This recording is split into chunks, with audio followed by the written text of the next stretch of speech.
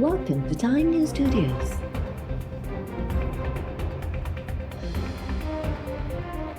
You are watching 3 p.m. Bulletin. Banana Republic के अंदर कानून नहीं होता, ताकत की हुक्मरानी होती है। ये है पाकिस्तान का अलमिया। सारे इकट्ठे होकर कहते हैं कि जी हमारे लिए अलग कानून बना दो, हमें एनआरओ दे दो। एक ही ब्लैकमेल कर रहे हैं कि नहीं तो अभी गवर्नमेंट नहीं चलने देंगे। और यही जनरल मुशर्रफ ने सबसे बड़ी जो जुल्म किया इस मुल्क पे, एक तो आइन तोड़ा, लेकिन जो सबसे बड़ा जुल्म किया एनआरओ दे दिए ताकतवर को। पैसा तो जनरल मुशर्रफ का नहीं था, पैसा तो कौम को चोरी हुआ था। उसके पास तो राइट ही नहीं था कि उनको कह दी नहीं हमने आपको माफ कर दिया। परवेज़ मुशर्रफ मुल्क जो आइन तोड़े ज़ुल्म कयो, पर फ़ौजी आमिर जो सब खां वॾो ज़ुल्म ताक़तवर खे एनआरओ ॾियणु हो। पैसो मुशर्रफ जो न पर आवाम जो हो। मुशर्रफ खे हक़ ई न हो त ताक़तवर खे माफ़ करे छॾे। वज़ीर आज़म इमरान ख़ान जी अॻूणे आमिर परवेज़ मुशर्रफ ऐं अपोज़िशन ते तनक़ीद। वज़ीर आज़म चयो त सभु गॾिजी धमकी ॾियनि था त असां लाइ अलॻि क़ानून ठाहियो ऐं एनआरओ ॾियो, न त हुकूमत हलणु न ॾींदासीं। इहा कहिड़े क़िस्म जी जिदोजहद आहे? ताक़तवर सदाईं कानून खां मथे रहणु घुरंदो आहे। मुहज़ब मुआशरा खे इन कानून जे ताबे आणींदा आहिनि। कानून जी बालादस्ती न हुजण सबबि पाकिस्तान पोइते हलियो वियो। बांग्लादेश, सिंगापुर ऐं भारत अॻिते निकिरी विया। जजिस बहालीअ जी तहरीक शानदार जिदोजहद हुई, पर उन जा घुर्बल नतीजा न मिली सघिया।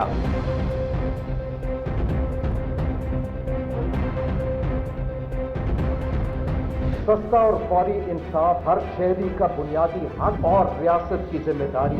जिस माशरे में सच्ची गवाही देना नापैद हो जाए, अगर तहकीकाती इदारे अपने फराइज़ ईमानदारी और पेशावराना तरीके से निभाने में नाकाम रहे, तो ना ही मजलूम की दाद रसी मुमकिन है और न मुजरिमों का सही एहतसाब हो सकता है। अगर अदालती निज़ाम पर अवाम का एतमाद और कानून की बालादस्ती ना हो, तो ये माहौल आमिराना और जबर की कुव्वतों के लिए साजगार होता है। जब रियासत के तमाम सकून यकजा होकर ये अज़म करें कि हम में से हर एक अपने दायरे में रहते हुए निज़ाम अदल के असल शराकतदार के लिए सस्ते और जल्द इंसाफ को मुमकिन कर दिखाएगा। आज इस अज़म की ज़रूरत है। अवाम जो अदालती निज़ाम ते एतमाद न हुजे त उहो आमरानी क़ुवतुनि जे लाइ साज़गार माहौल हूंदो आहे। रियासत जा समूरा थंभ अज़म कनि त उहे पंहिंजे दायरे में रही सस्तो ऐं तकिड़ो इंसाफ़ मुमकिन करे ॾेखारींदा। इस्लामाबाद हाई कोर्ट जे चीफ जस्टिस जो इस्लामाबाद में डिस्ट्रिक्ट कोर्ट्स जी इमारत जी पीढ़ जो पथर रखण वारी तक़रीब खे ख़िताब। चीफ जस्टिस अतहर मिनल्ला चयो त सस्तो ऐं फौरी इंसाफ़ शहरियुनि जो बुनियादी हक़ ऐं रियासत जी ज़िम्मेवारी आहे। 6 ॾहाकनि खां पोइ रियासत नेठि मञी वरितो त अदालती निज़ाम जा असुल स्टेक होल्डर्स अवाम ऐं साइल आहिनि। 2007 जी तहरीक सां जजिस त बहाल थिया, पर कानून जी बालादस्तीअ वारो असुल मक़सदु हासिल न थी सघियो। जंहिं मुआशिरे में शाहिदी अणलब हुजे, उते अदालती निज़ाम बि बेवस बणिजी वेंदो आहे।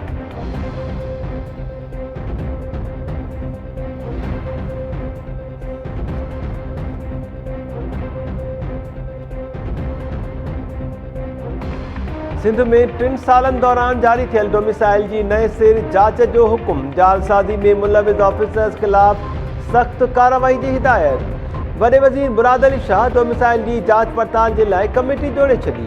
2 महीननि अंदरि तफ़सील गॾु करण जो हुकुम। वॾे वज़ीर जी सदारत हेठि काबीना इजलास में सामूंडी फ़ौज खे हाउसिंग सोसाइटी जे लाइ 200 एकड़ ज़मीन ॾियण जे लाइ कमेटी क़ाइमु।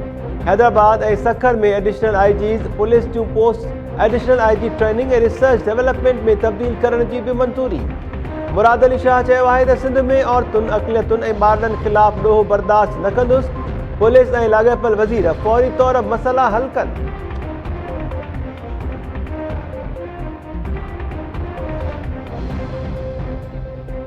सिंध हाई कोर्ट सुई गैस कंपनी मां फारिग मुलाज़िमनि जी बहाली वारी दरख़्वास्त रद्द करे छॾी। दरख़्वास्त गुज़ारनि खे सुप्रीम कोर्ट सां राब्ते जी हिदायत।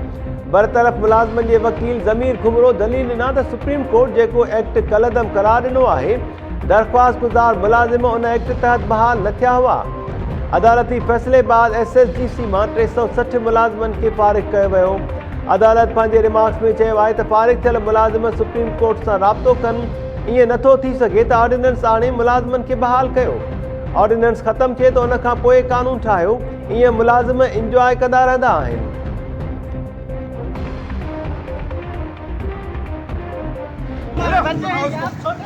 ले जा इसको।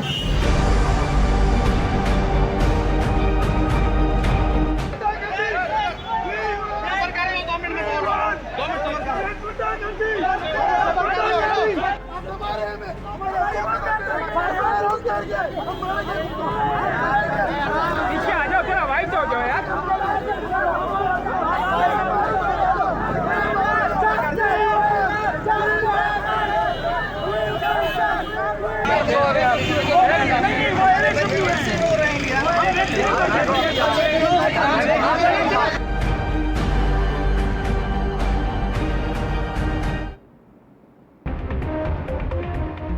सिंध में बरतरफ़ वैक्सीनेटर्स तरफ़ां कराची प्रेस क्लब खां सीएम हाउस ॾांहुं मार्च जी कोशिश, पुलिस ऐं मुज़ाहिरीन में चकरियूं, हिकु मुलाज़िम पेट्रोल खणी पहुतो। सीएम हाउस आॾो पाण साड़ण जो चिताव।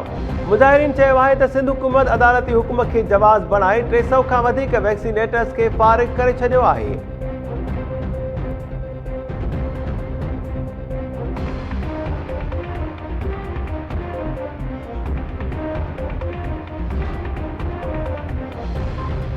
हाणे मख़सूस इलाइक़नि में प्राइमरी, मिडिल ऐं सेकेंडरी स्कूल्स खे गॾाए क्लस्टर स्कूल ठाहियो वेंदो। ईअं स्कूल इंतिज़ामिया डिसेंट्रलाइज़ थी वेंदी। सिंध काबीना स्कूल क्लस्टरिंग पॉलिसीअ जी मंज़ूरी ॾेई छॾी। पॉलिसीअ मूजिबि क्लस्टर स्कूल जी दर्जाबंदी कई वेंदी। डिविजनल, ज़िलई, तालके ऐं स्कूल क्लस्टर कमिटीज़ जुड़ंदियूं। वॾे वज़ीर स्कूल खां ॿाहिरि ॿारनि जी डेटा तयारु करण जी हिदायत कंदे चयो आहे त स्कूल क्लस्टर एरिया में ॿारनि खे स्कूल ताईं आणण जो बि टास्क ॾिनो वञे।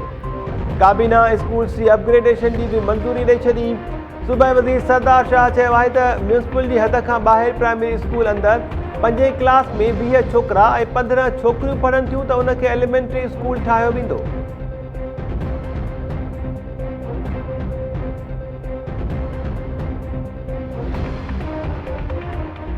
पंजाब जो चीफ सेक्रेटरी ऐं IG पुलिस ॿीहर तब्दील। वफ़ाक़ी काबीना चीफ सेक्रेटरी जवाद रफ़ीक जी जाइ ते कामरान अली अफ़ज़ल खे मुक़ररु करण जी मंज़ूरी ॾेई छॾी। IG इनाम गनी खे हटाए राव सरदार खे मुक़ररु करण जी मंज़ूरी।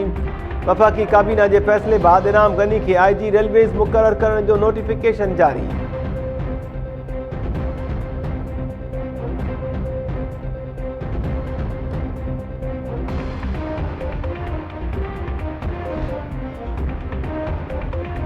वफ़ाक़ी तालीमी इदारनि में औरत टीचर्स मथां जीन्स ऐं सोढ़ा कपिड़ा पाइण ते पाबंदी लागू। मर्द उस्ताद बि जीन्स ऐं टी शर्ट इस्तेमालु न करे सघंदा। वफ़ाक़ी हुकूमत नोटिफिकेशन जारी करे छॾियो। औरत टीचर्स स्कार्फ, हिजाब पाए सघनि थियूं, खेनि सैंडल पाइण जी इजाज़त हूंदी। सियारे में मर्द उस्ताद गरम चादर पाए न सघंदा। खेनि शलवार कमीज़ सां गॾु वेस्टकोट पाइण जी इजाज़त हूंदी।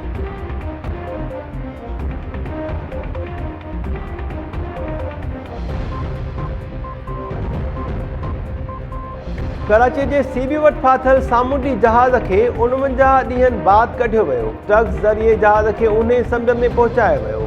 जहाज़ KPT जे आमदरफ़्त चैनल में पहुचण में कामयाब। कार्गो जहाज़ 21 जुलाई ते लंगर टुटण सबबि फासी पियो हो।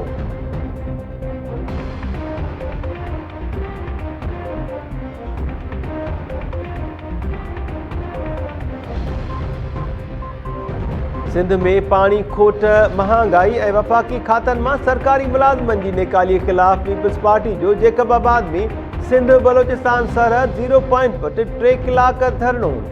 निसार खोड़ो, एजाज़ जखरानी ऐं ॿियनि अॻवाननि चयो आहे त वफ़ाक़ी हुकूमत सिंध जे पाणी, नौकरियुनि ऐं हक़नि ते धाड़ो हणी रही आहे। वफ़ाक़ी हुकूमत जी सिंध दुश्मन पॉलिसीज़ ख़िलाफ़ एहतिजाज जारी रखण जो ऐलान।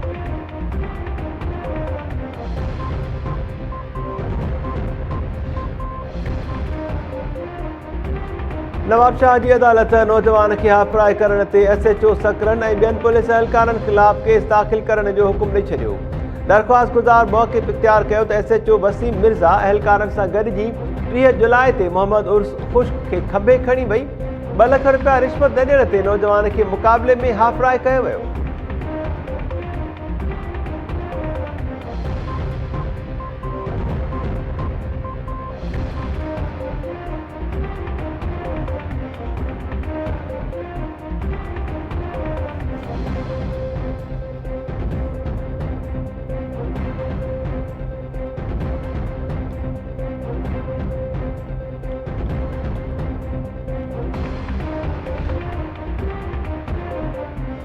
कराची के इलाइक़े लियारी में पुलिस एहलकारन जो शहरी ते तशद्दुद। टाइम न्यूज़ वीडियो हथ करे वरिती।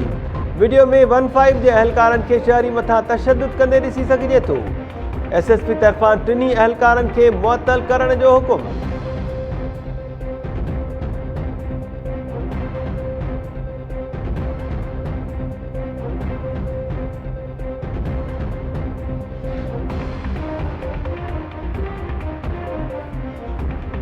सखर की अदालत में पीपल्स पार्टी MNA खुर्शीद शाह ऐं ॿियनि ख़िलाफ़ आमदनी खां वधीक असासन वारे केस की ॿुधणी। खुर्शीद शाह के जेल में एम्बुलेंस ज़रिए अदालत में पहुंचाया वियो। ट्रांसपोर्ट बारे वज़ीर अवेस कादिर शाह जी ज़मानत में 14 सेप्टेम्बर ताईं बाद। खुर्शीद शाह की आज़ादी लाइ मुख़्तलिफ़ शहरन में पीपल्स पार्टी कारकुनन जा एहतजाजी मुज़ाहिरा।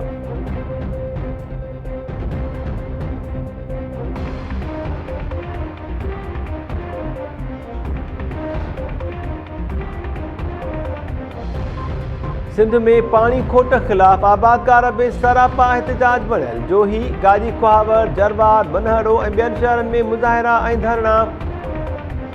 किथे सिंध हुकूमत त किथे वफ़ाक़ी सरकार खिलाफ नारेबाज़ी। पुछड़े में पानी खोट ख़त्म करण जो मुतालबो।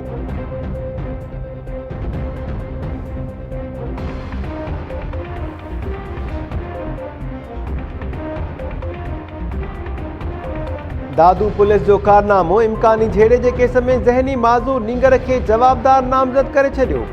अदालत तरफां नींगर के पेश करण जो हुकुम। दरख्वास्त गुज़ार मौक़िफ़ इख्तियार कयो त पुलिस पंवर धुरिन में इम्कानी झेड़े केस में मुनीर पंवर के माज़ूर पुट के जवाबदार तौर नामज़द कयो।